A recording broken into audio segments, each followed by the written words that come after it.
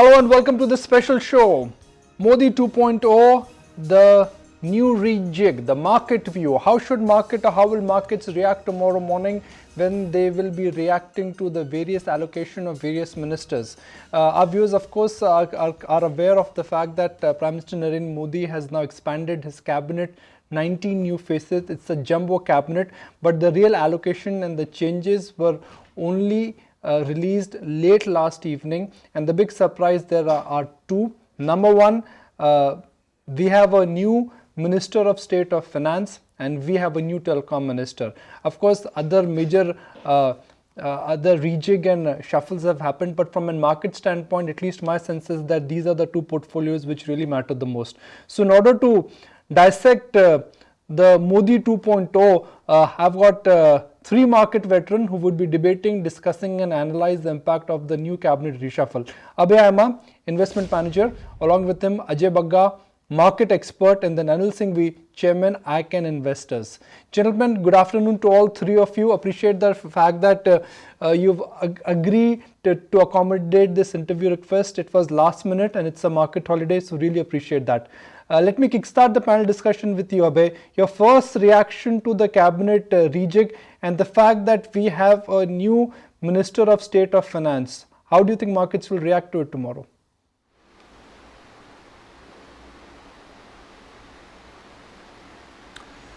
See, Nikunj, we have to understand that not much happens in terms of actual implementation at the ministerial level. The bureaucracy plays a very important part as far as the finance part of it is concerned.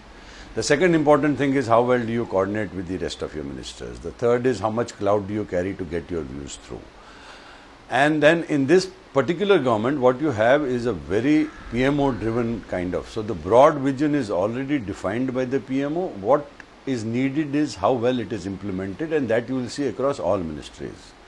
So to lay too much of importance or to gauge, yes, if the person is not competent enough, we'll only know that later. But to say that someone is, comes with an X qualification or an X degree is necessarily going to change drastically or alter the course of Indian economy, I do not agree. You probably would recollect that some years back we had the dream team in Monteg Singh Ahluwalia ji, we had the finance minister and the prime minister who were the last word on economics as far as India was concerned, and we called it the dream team. And what happened in terms of implementation and reforms, that is quite well known. So let's not, I would not give too much of importance to as to if because your opening statement was that a person who is very familiar with the market or person who is very knowledgeable and educationally qualified would make a drastic difference. That's a wonderful point, Abhay. But the other point which I just want to throw it open to Anil Singhvi is that Mr. Singhvi, first it was Raghuram Rajan, now it is Jayant Sinha. Now in last 2 years, Jayant Sinha has had a reputation of representing the views of the government and the views of the finance ministry at various forums. He pretty much he's enjoyed a comfort factor with both local and global fund managers. Do you think now for the new minister to fit into those shoes would be a tall order? Nothing is impossible, but it will take a while for the new minister to understand the nuts and the bolts of the banking system, the finance and the finance system.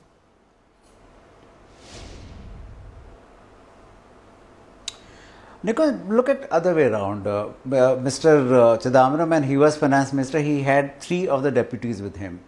When Arun Jaitley came in, it was only Jayant Sinha. So in fact, when you look at the Ministry of Finance construct today, I mean now they got 2, but it was only one Jayant Sinha on that. So according to me, when you move from that situation to today and we look at the 2 faces, one of course is a person who is already part of the cabinet, I mean part of the ministerial council, and the new person who is Mr. Maigwal, he is a seasoned bureaucrat on that. So I'm not comparing Jayant Sinha with Maigwal or Gangwar on this, but the fact remains that now Mr. Jaitley has got 2 persons, one person who has already had an experience of this government, and another person is a seasoned bureaucrat on that.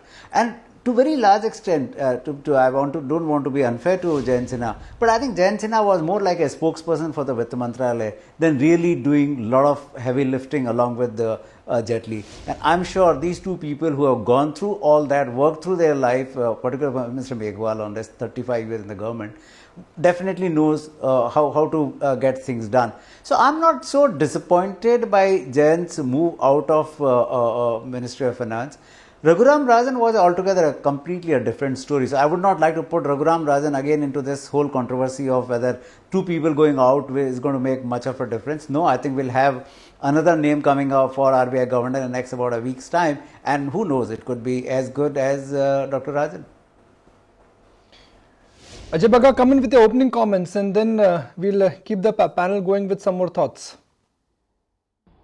Yeah, Nikunj, I think Anil and Abhay have already summarized most of the points.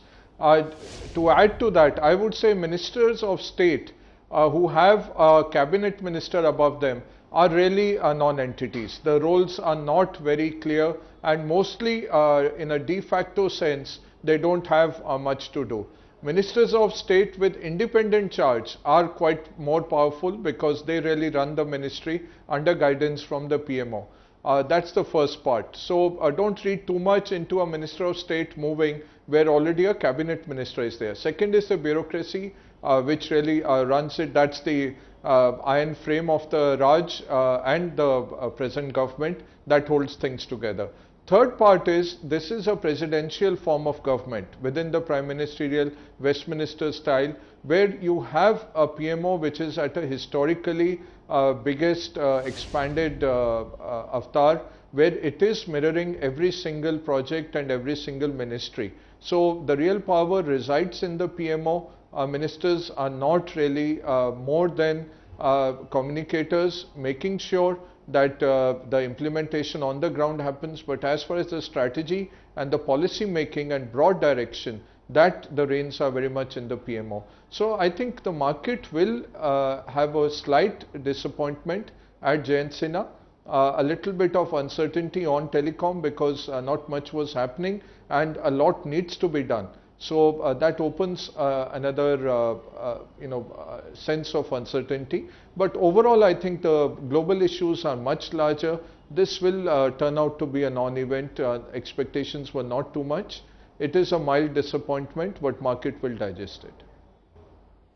Well, I'm glad our panel seems to be endorsing that this is more like a no event, and for our viewers who are watching the show, there is no reason why they really should panic, and we've always maintained that institutions are bigger than individuals, and frankly, when it comes to the Indian setup, it's the bureaucrats which really decide the policy making, and at the minister of state level, largely it's the communication which they handle more like a spokesperson. So, Abhay Aima, to your mind, what is the purpose of this reshuffle? Do you think this the purpose of this reshuffle was largely to root out underperformers and give chance to performers, or this reshuffle has been done to really with the eye on the state elections and to get some to increase regional presence?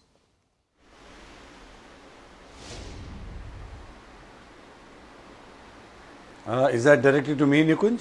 Well,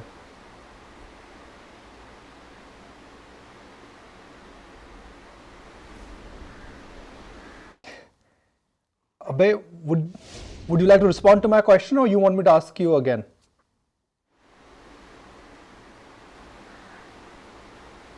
No. Okay. So you are asking me.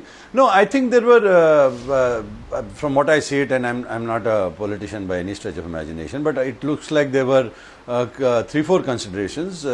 Clearly, there was the political consideration where you need to incorporate, given the elections, you need to incorporate representation from various underrepresented states or underrepresented. Again, the criticism to that I find very strange, because if you are going to run a government and the politicians are the representative of the people, then you need to have a broad-based representation. So anyone that you choose has to be from a particular caste and a particular region and a particular, area. So I think that was one consideration. To some extent, I think I was happy to see where there were talks about people who are not towing the line in terms of development, and there could have been names which were thought to be would come in. Those haven't found a place because of the controversial remarks or non-development oriented remarks that they made. So that was another signal to people very clearly that you need to. The third very clearly was that, as Ajay pointed out, that look, this is a presidential, kind of a quasi-presidential form of a government. The PMO runs, and if you follow and implement the policies that are there, then you will get rewarded. Otherwise, you have a problem. I think there was also very a subtle message, I think, at a senior level, which probably meant to say that, look, proximity and how well I am known and how people think I am close to someone or not close to someone is really not going to be a criteria for deciding and that has been Prime Minister Modi's style. If you look at not only here in the selection of Chief Minister of Maharashtra, for example. So he picks up people who I think he feels are able to deliver, are committed to their job, and not relatively known or big names. So in terms of the loyalty factor, and in terms of towing the PMO line, it becomes they will not move away from there. I think that has been his style right throughout, whether it has been in the cabinet or whether it has been in the. And lastly, I don't think he's the kind of Prime Minister who is looking at ministers being on the television all the time. I mean, if you go back and look at, let's say, the high-profile ministries like Petroleum Ministry, it used to be before this government. It used to be in news, if not every week, at least once a month. We have not many people know today who the Petroleum Minister is, or for that matter, Home. So if you were to pan across ministries, you will not see. You'll see people not getting projected too much into the as individual personalities, but more for the work that is happening. So I think keeping that in mind is where the changes have come from. Anil, what do you think this cabinet reshuffle means for Arun Jaitley per se? He will have a new MOS.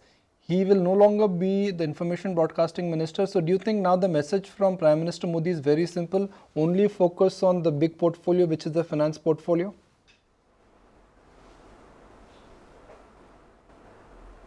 Very true, Nikunj, and I was about to comment on that, that I think Mr. Jaitley's total burden, which was there on account of having 3 ministries with him, corporate affairs, finance and INB, is now reduced to 2, and you have now MOS for corporate affairs.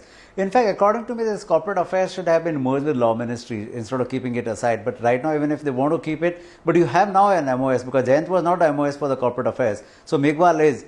So I think it's an important factor to see now that Mr. Jaitley has 2 of the MOS, and one is clearly also taking and sharing his corporate affairs burden on him. He would have much more time on his hand to look at what new things can be done, what other areas which needs to be really focused on. And if we are really done with largely on account of fiscal deficit, which was really the major concern area, and if global situation remain as benign as it is today on commodities and oil, I think there are many more things to be done by this government to really be action oriented for next 3 years. And I think this whole change which has come in, whatever the other two, Abhay and I have talked, I'm not taking a political stance on that. I'm very clearly seeing a situation where Narendra Modi, look at Prakash Javadekar to be taken as HRD, Smriti to be sent in textile. I think these are very clear messages on that you've got to perform, you've got to really do your job much more than just being visible, just being talking about it. Do your homework well and perform in your office. You don't have to perform every time in front of camera. So the people who really love to talk to media and just get sound bites and all that, somewhere I think this message has gone loud and clear, and which is good for this government to really deliver in next 2.5 years. Actually, I wouldn't put 3 years, because by beginning of 19 you are already in election mode. And the third point I want to make is that this whole debate of whether UP is represented well and MP is represented, it's a misnomer. I don't think having known Mr. Modi in Gujarat, whether he really worked on caste and whether he worked on geographies and all that, those who really he liked, that they were loyal, they understood what he was wanting to do, those are the guys kept by him. And he used to have more frequent changes in his cabinet and ministers and all that in Gujarat, which he has not done in Delhi, but I'm sure this is not the last one. In fact, after having seen 2 years, he has also got himself very well settled into Delhi, the environment, the whole situation of being a PM from a CM. I think we've lost Anil there. But Ajay, very quickly come in on one more aspect. To your mind, what is in store for the telecom sector now? Because we have a new minister there. Yeah, and Manoj Sinha is a technocrat. He's done a good job in railways, so expectations will be high on the street. You really need a very strong hand in telecom. The government has got embarrassed by the call drop case, the way they were pulled up by the higher courts. I think not much has moved there. The data speeds are really pathetic. So services have really deteriorated in a very key segment. There is 400,000 crores of debt sitting on the sector per se, and you have a big spectrum auction, which again doesn't seem that government will really realize the entire 56,000 crores which is budgeted for this year. Our estimates are nearer to 35 to 40,000 crores is what they get if it is done well. So there is a big amount really riding on this ministry, both in terms of taking India forward, the entire digital India scenario. The ministry has been mired in unnecessary controversy on the free net and all those kind of things. You need a technocratic solution, somebody who moves forward and gets the capital expenditure flowing. If you need to give it an infrastructure allowances or bring in some kind of mediation on behalf of the industry, that would be welcome. So I would look at it positively that you brought in a technocrat, and I hope he delivers. Ajay, I want to go back to that other point, which is importance of Jayant Sinha. I'm not making this discussion as a personality-based discussion, but I'll tell you, purely as a market commentator, he's really comforted market men, and he's really been very open about interacting with media on various touch points. He spoke to us and communicated to the markets that India is immune to Brexit. I distinctly remember before the budget, his communication was very open. I've been told that he's also been the face of finance ministry at various investor forums, including Morgan Stanley and Credit Suisse. So my limited point here is that who will actually represent finance ministry now and their point of view, because Mr. Jaitley cannot be doing all the heavy lifting. Yeah, and Nikunj, if you remember in the last government, what had happened was Arvind Mayaram would play that role. So all the sell-side equity conferences, Arvind Mayaram would come and represent, and some of the other secretaries to the government of India. So the bureaucracy will come back, because these two faces might not be that articulate and will take time to fathom the intricacies of finance ministry. So that's a loss to India definitely, especially to foreign investors. This was a very pleasing face. He was very competent and somebody who's very approachable. So that has been a bit of a surprise for all of us. His movement was not really anticipated, and especially on the banking sector reforms, he was playing a very active role. Having said that, I would again caveat it that ministers of state are really very perfunctory. The cabinet ministers don't really delegate much power to them, and even the bureaucrats don't really listen much to them. That is the de facto reality on the ground. But he was a good spokesperson and somebody very good to have in the team. So I think there now Shaktikant Das and then Amitabh Kant from Niti Aayog, people like this will have to step in more and take on that load is what I anticipate. I think, honestly, I think markets would appreciate that, because ultimately if some representation is coming from a bureaucrat, I think that's perfect. Abhay, you want to make a point?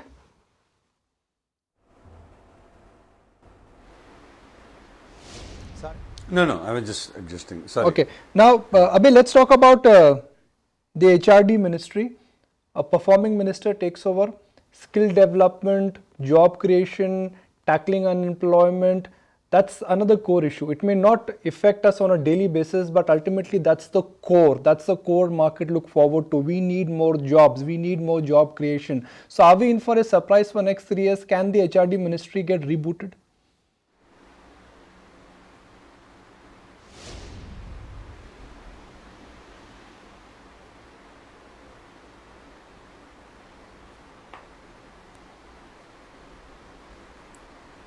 Sorry, again, who is this question for, Nikunj? Just one of those terrible days, Ajay, because of Mumbai rain. So, Abhay Aima, would you like to respond to the fact that we have a performing minister as the new HRD minister of the country? Okay. No, I think this is a very important portfolio, and I think much that the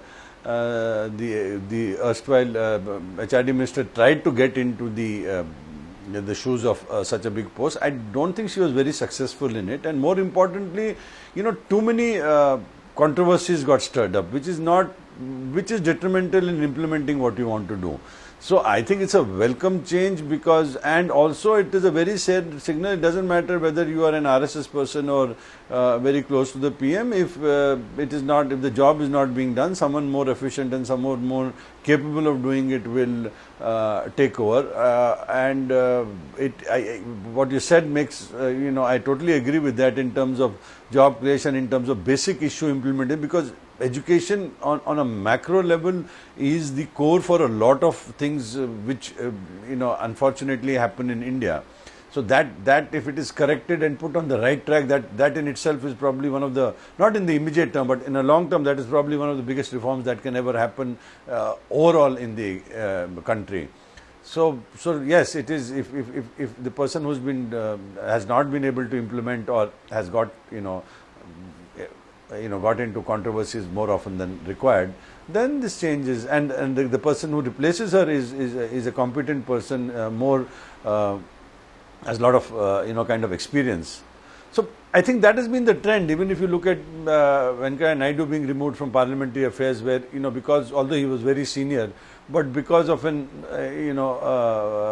the approach or to take people along, maybe not be as would not have been as successful as it is going to be with the new parliamentary affairs minister. So these considerations have very much been in the forefront when the changes have been made. Ajay, this question is coming your way. The key portfolios have not been changed. The big four portfolios, the big four cabinet ministers, that's status quo. So do you think we should not get really uncertain, unsure? Markets, they hate uncertainty, and the good thing about this cabinet rejig is that there is no uncertainty. We can pinpoint one or two portfolios, but those are down the line portfolios, largely at Minister of State. But in terms of the big picture, if I look at the key allocations have not changed. Yeah, absolutely. And Nikunj, if you see in terms of performance, overall, Piyush Goyal has done very well. One would have expected a promotion for him, given the kind of delivery he's done. Mr. Gadkari has done a fabulous job. The amount of highway construction that's going on, he has really cleared a lot of stalled projects. And if you talk to the road constructors now, he's really changed the payment paradigms also. So money is flowing through, stalled projects are revived, and 20 plus kilometers of highways being made every day. That's going to have a cascading effect on the entire economy. Look at Suresh Prabhu, excellent job in the railways, a very high capex being utilized in the railways. Defense, I think still a lot of work to be done.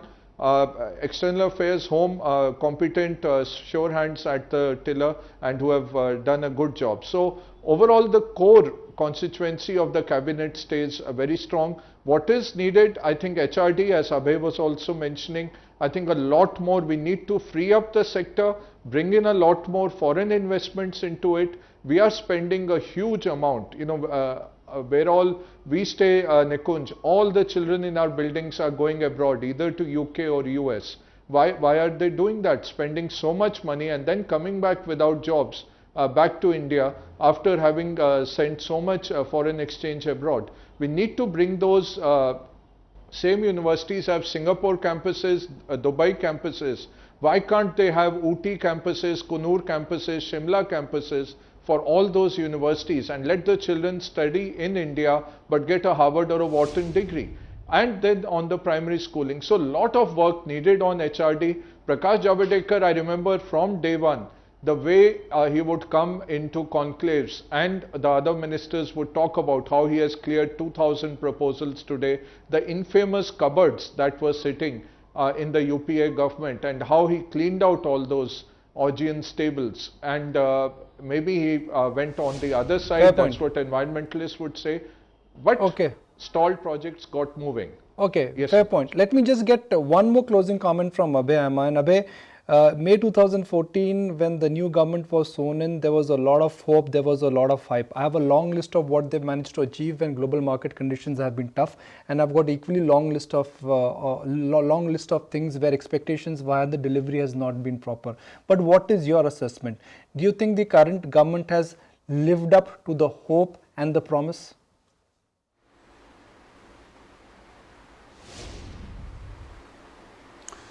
See, I think if what was the if when the government came into power, I think the expectations were too high in terms of a miracle happening. That clearly was over expectation. But having said that, every thing is looked at in terms of comparison. If you look, if you were to compare it in relative terms as to what happened 10 years before that, I mean clearly they have done a much better job.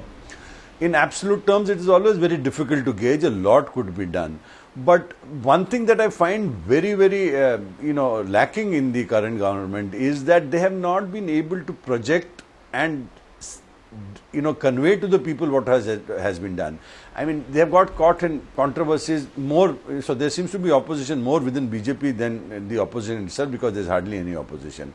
But they have done a lot of work which unfortunately is not being projected or conveyed to the people.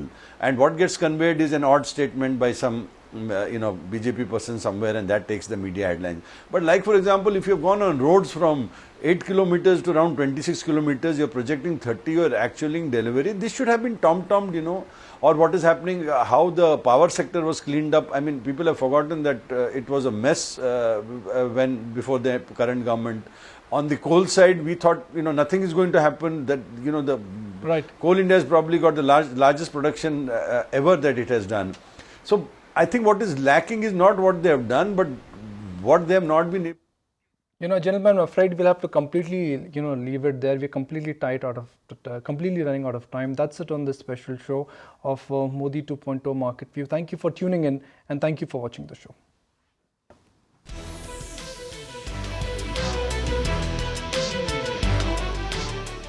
Find us on Facebook at facebook.com/ETNow, and don't forget to click the like button. You can also follow us on Twitter at ETNowLive. To stay updated with all our programming, hit the subscribe button on our YouTube channel by logging on to youtube.com/user/ETNow.